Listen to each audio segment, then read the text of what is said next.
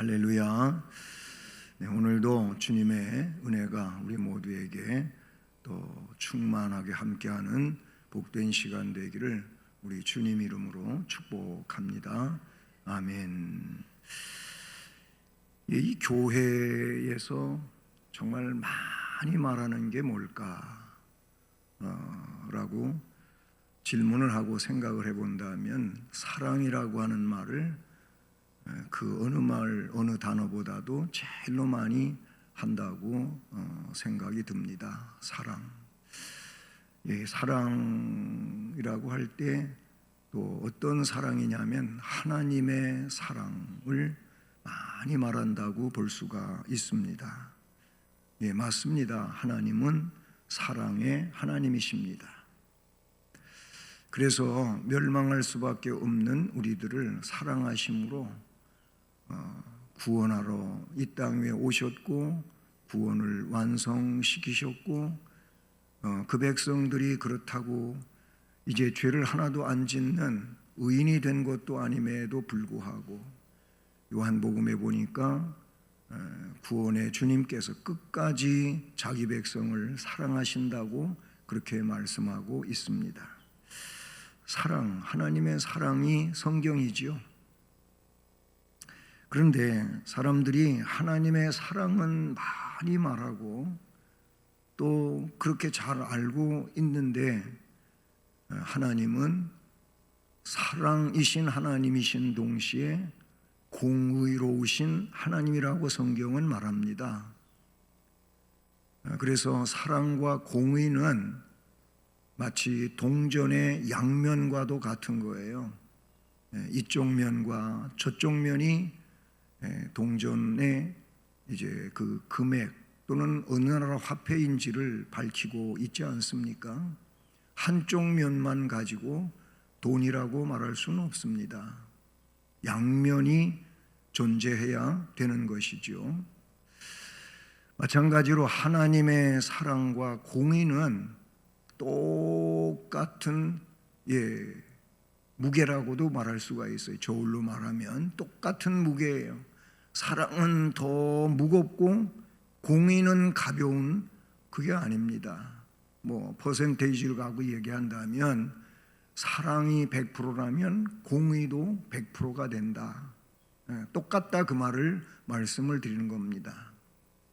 근데 많은 사람들이 주님의 사랑, 하나님의 사랑, 교회는 사랑 이런 얘기들을 많이 하는데 그 반면에 하나님은 공의로우신 하나님. 이 공의라고 하는 말은 결과적으로 의인에게 상 주시고 불의한 자에게 벌 주시는 하나님이시라는 것이 공의라고 말할 수가 있는 것이죠.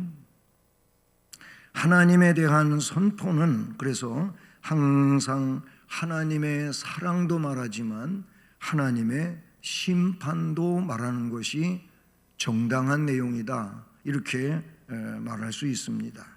요한복음 3장 16절 너무 잘 알잖아요. 하나님이 세상을 이처럼 사랑하사 독생자를 주셨으니 이는 그를 믿는 자마다 멸망하지 않고 영생을 얻게 하려 하심이라. 이 요한복음 3장 16절이에요.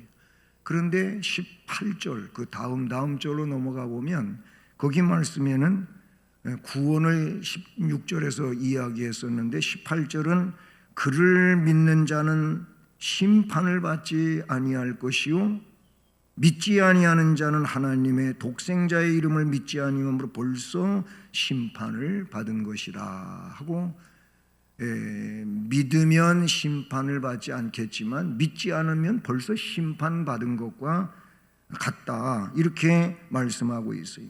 그 말씀은 5장 24절에서도 25절에도 여실히 밝혀주고 있는 말씀이고 5장 29절에 선을 행한 자는 생명의 부활로 나가지만 악을 행한 자는 심판의 부활로 나간다. 이렇게 구원과 심판이라고 하는 양면을 복음 안에서도 분명하게 선언하고 있죠. 바울 사도도 온 세상에 복음이 전파되어짐으로 이 전파된 복음 때문에 핑계할 수 없다는 이런 말씀을 하셨어요. 복음이 기준으로 제시되었기 때문에 믿는 자와 안 믿는 자가 갈라지게 되고, 믿으면 구원을 받지만 믿지 않으면 심판을 받는다라는 것입니다. 그것은 그러니까 성경의 마태복음 16장 20절 7절에 행한 대로 갚아주겠다라는 말씀과 같은 거예요. 믿음의 행위를 가졌느냐 믿지 않았느냐에 따라 가지고 결과적으로 구원과 심판으로 나뉘어짐을 이야기하지요.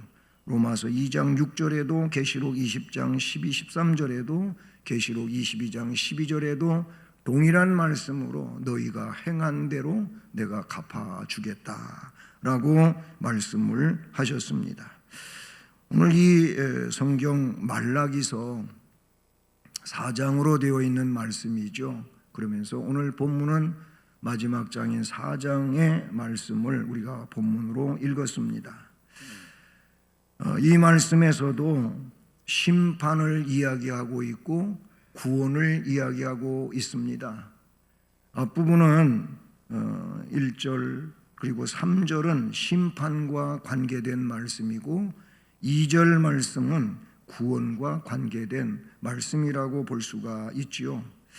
자, 그런데 1절에서 만군의 여호와가 이르노라, 이 말라기서 4장 짧은 말씀이에요. 한 장도 긴 장도 아니잖아요. 예를 들어 4장도 6절까지밖에 없는 말씀이에요. 어쨌든 이렇게 짧은 4장으로 되어 있는 말라기서 가운데 만군의 여호와라는 말이 무려 25번이나 들어가 있어요.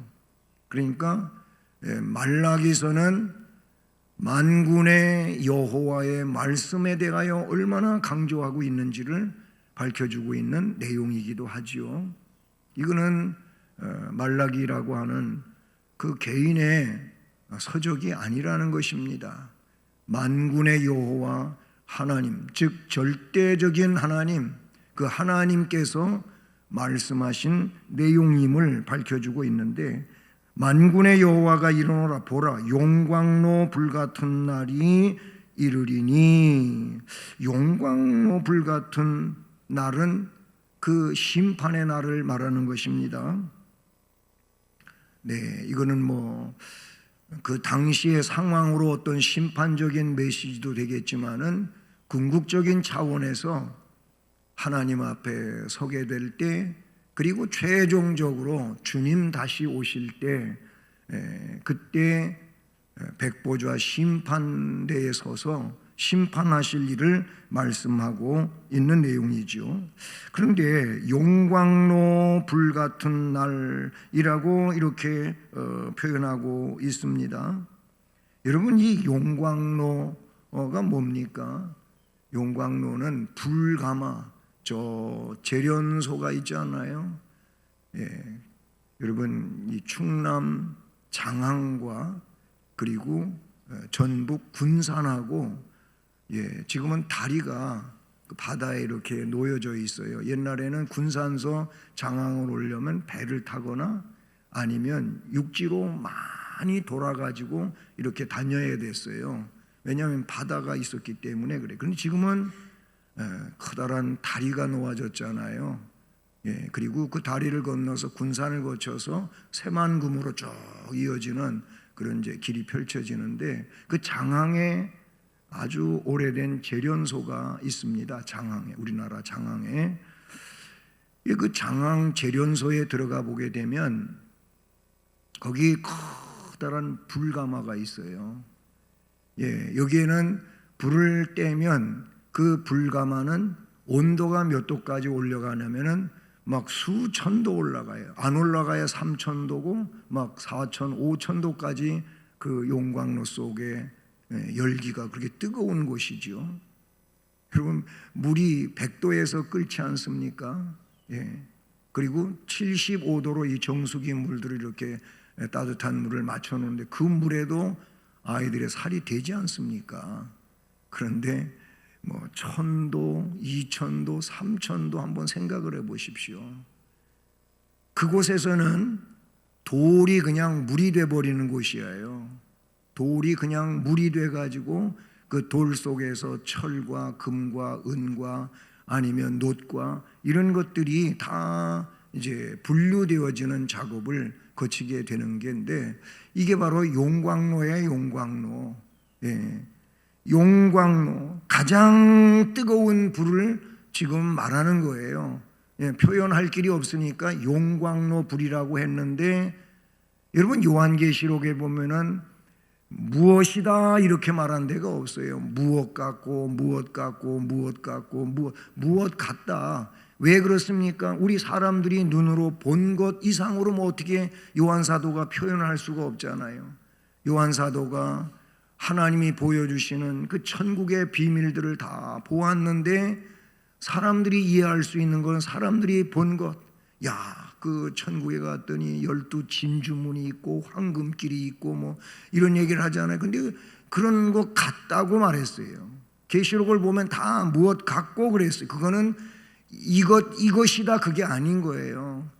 가장 사람들이 잘 이해할 수 있고 또 느낄 수 있도록 사람이 이미 경험한 것들을 가지고 그것 같더라 그렇게 말한 것뿐입니다. 이 용광로 불 같은 이것도 역시 가장 뜨거운 불로 심판하시겠다, 맹렬한 심판을 하시겠다 이렇게 말씀하고 있는 내용입니다. 그런데 말씀에 이어지기를 그 심판의 대상이 나와요. 대상. 이 대상은 참 불행한 것이지요. 4장 1절 이어지는 말씀에 이 용광로 불 같은 날이 이르게 되는데, 그때 교만한 자, 악을 행하는 자는 다 지푸라기 같을 것이라. 그 이르는 날에 그들을 살라서 그 뿌리와 가지를 남기지 아니할 것이로다. 결국 다 타버린다 그 말인 거예요. 땅 속에 묻혀져 있는 이 뿌리까지도 전부 태워져 생명을 잃어버릴 것을 말씀하고 있는 것이죠. 그러면서 3절로 가보면 너희가 악인을 밟을 것이니 그들이 내가 정한 날에 너희 발바닥 밑에 재와 같으리라. 만군의 여호와의 말이니라. 이렇게 말씀하고 있어요. 시편에도 보면은 악인은 의인 같지 않다고 말하고 있잖아요. 악인은 그렇지 아니하며 바람에 나는 겨와 같도다. 그러므로 악인이 의인의 회중에 들지 못할 거다. 이런 말씀을 기록하고 있는 것을 볼 수 있죠. 교만한 자 다 지푸라기 같이 된다고 말합니다. 하나님은 이 말라기 선지자를 통해서 용광로 불 같은 심판을 경고하시고 맨 먼저 교만한 자를 심판할 것을 밝히고 계십니다. 교만은 뭡니까?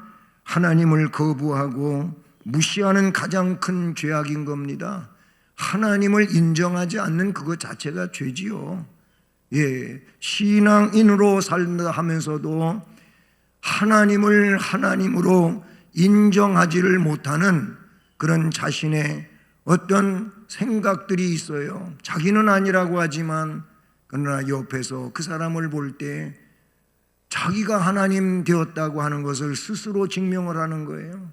하나님이 내 안에서 하나님이셔야 되는데 자기가 결정을 내리고 자기가 생각을 하고 자기가 뭘 하는 것이 마치 하나님이 하듯 하는 이런 언행을 가지고 이런 생각을 가지고 살아가는 일들이 있는 거예요. 그게 하나님이 아니에요. 하나님을 섬기는 게 아니에요. 그 자체가 뭐냐면 교만이다 그 말입니다. 그것이 교만인 겁니다. 스스로 하나님과 같이 되고자 했던 이사야 14장 11절 12절 계명성이라고 하는 별이 나오는데, 근데 그는 타락한 천사이며 교만으로 인해서 쫓겨난 존재로 성경에 묘사되어지고 있지 않습니까? 하나님같이 되려고 했던 이 마귀 사탄의 괴계를 따라서 선악과를 따먹은 하와도 아담도 사탄이 일러준 말처럼 되지 않았습니다. 하나님이 말씀하시던 것처럼 되고 말았습니다. 에덴 동산에서 쫓겨났습니다. 그거 먹으면 잘 될 줄로 알았고 하나님같이 될 줄로 알았는데 그렇게 안 됐잖아요. 잘못됐잖아요. 피조물인 인간은 창조주인 하나님을 넘어설 수가 없는 겁니다. 그래서 뭐든지 하나님 뜻에 의존하는 것이고 뭘 하려고 할 때에도 하나님 이렇게 하는 것이 맞습니까? 틀립니까? 다윗이 그랬듯이 우리는 하나님께 기도로 여쭈어야 될 줄로 믿습니다.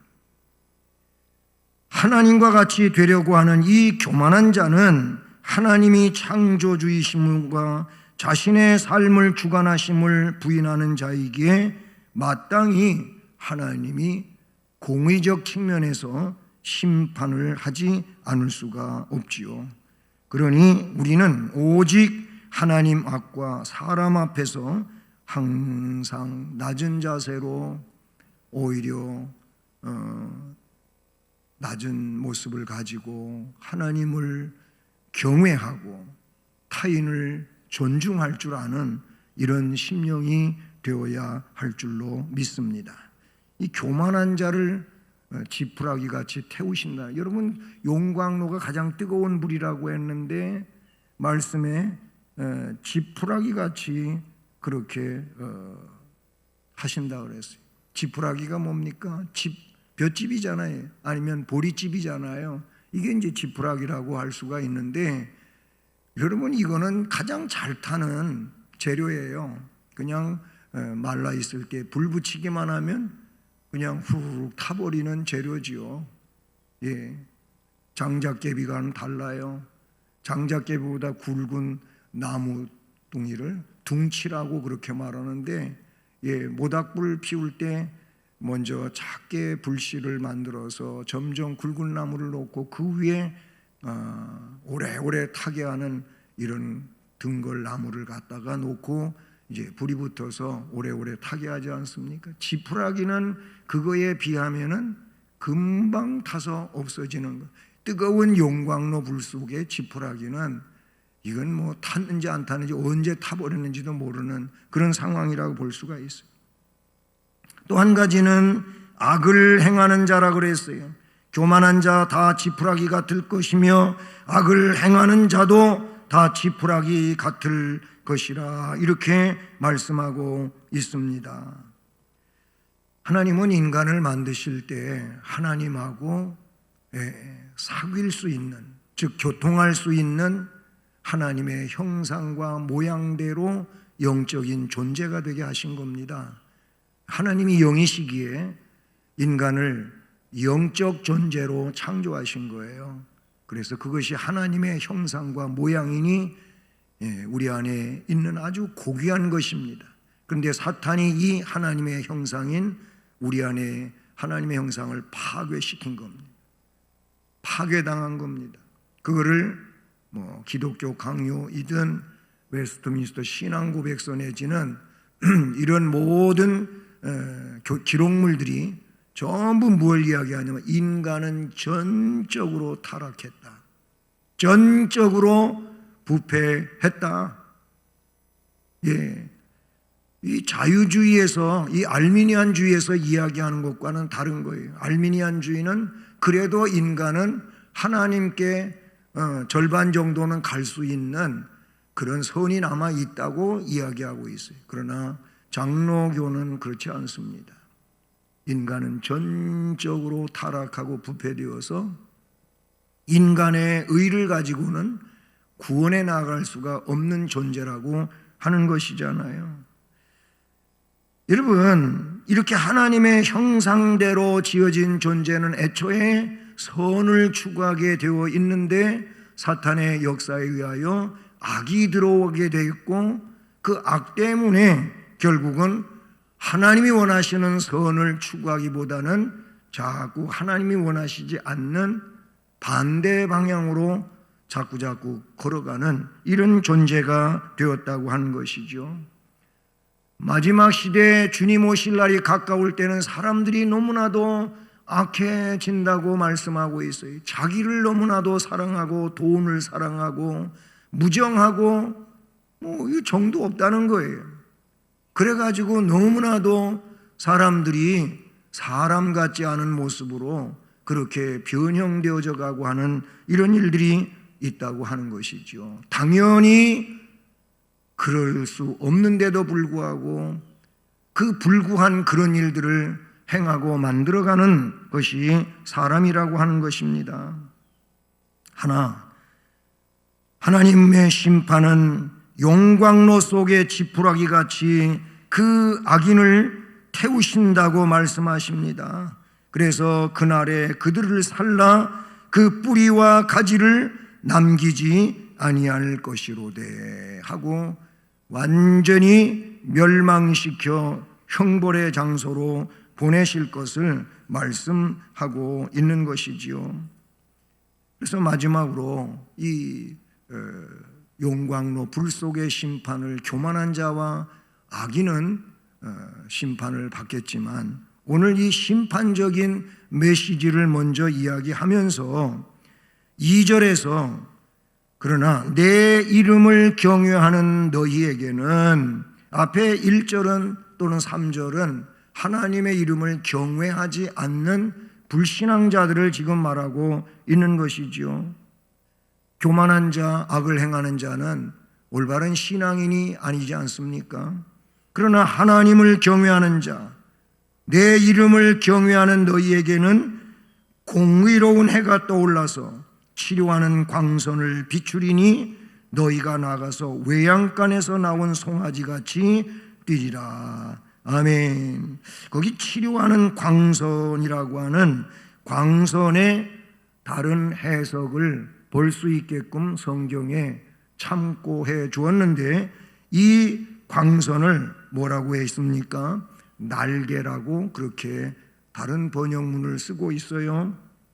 다시 말해서 치료하는 날개를 주겠다, 이런 의미가 되지 않습니까? 결국 치료받아서 날아가는 사람이 되겠다라는 말씀도 되는 것입니다.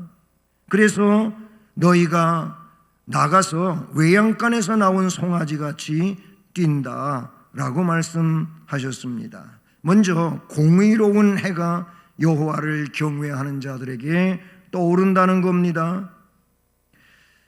말라기 그 3장 16절로 18절 바로 앞부분에 있죠. 4장 앞부분에 있는데 3장 마지막 문단이에요. 여기 한번 보십시오.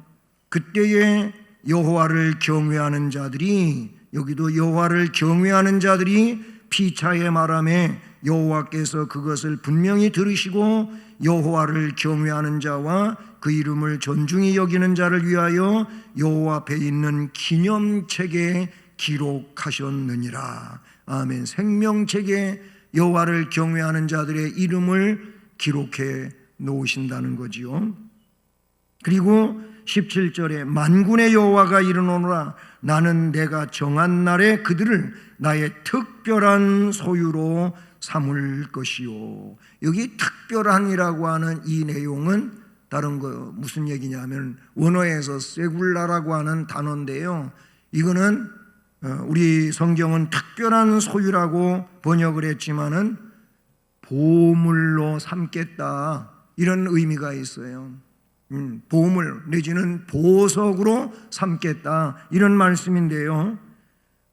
이 귀한 것으로 삼아서 또 사람이 자기를 섬기는 이들을 아낌과 같이 내가 그들을 아끼겠다. 그때에 너희가 돌아와서 의인과 악인을 분별하고 하나님을 섬기는 자와 섬기지 아니하는 자를 분별하리라 하고 3장 16절로 18절 말씀에서도 여호와를 경외하는 자는 하나님이 그 이름을 생명책에다 기록하신다고 말씀하셨고 그들은 보물과 같은 존재가 된다고 말씀을 해 주셨습니다.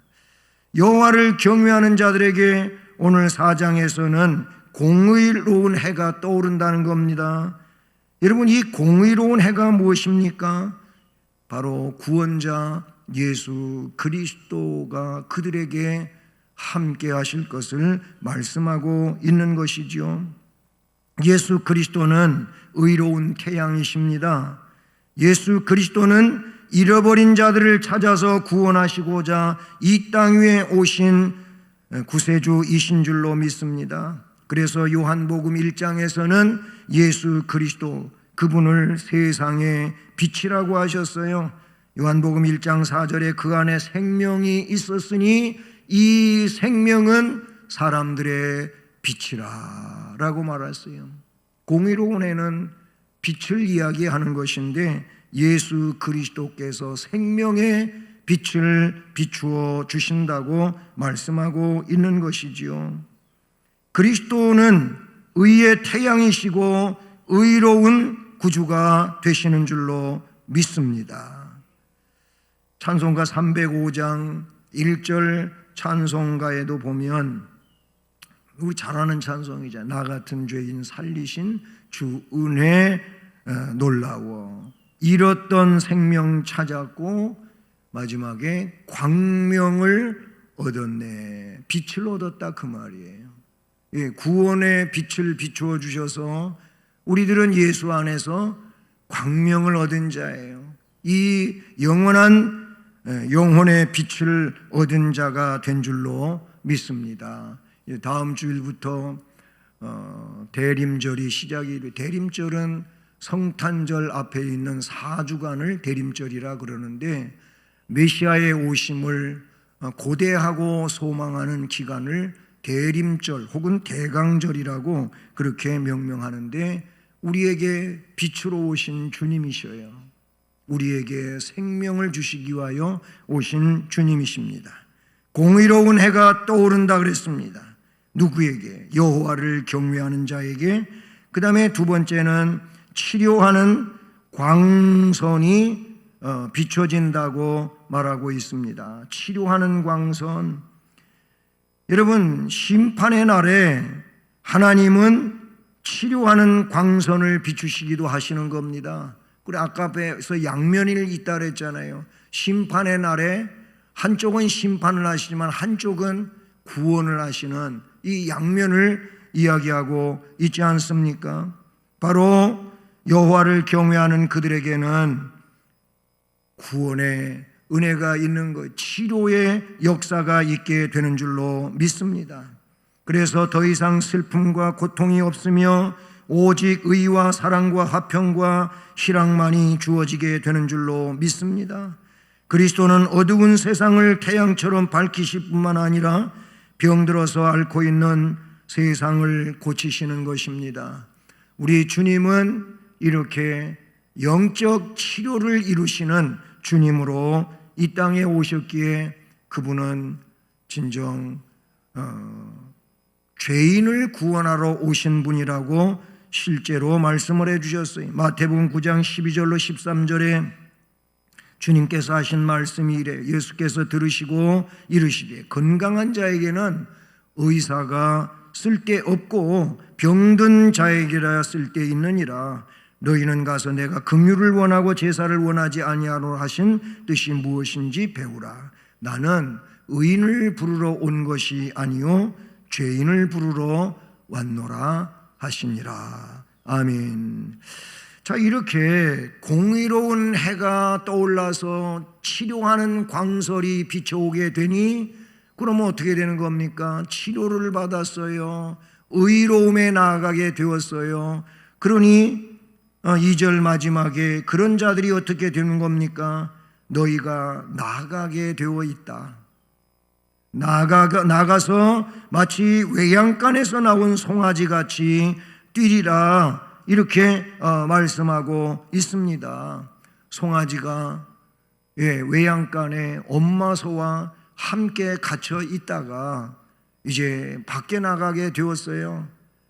대부분 짐승들을 보면 우리의 안에 있다가 밖에 나가면 특이한 행동들을 하는 것이 짐승들에게 있어요.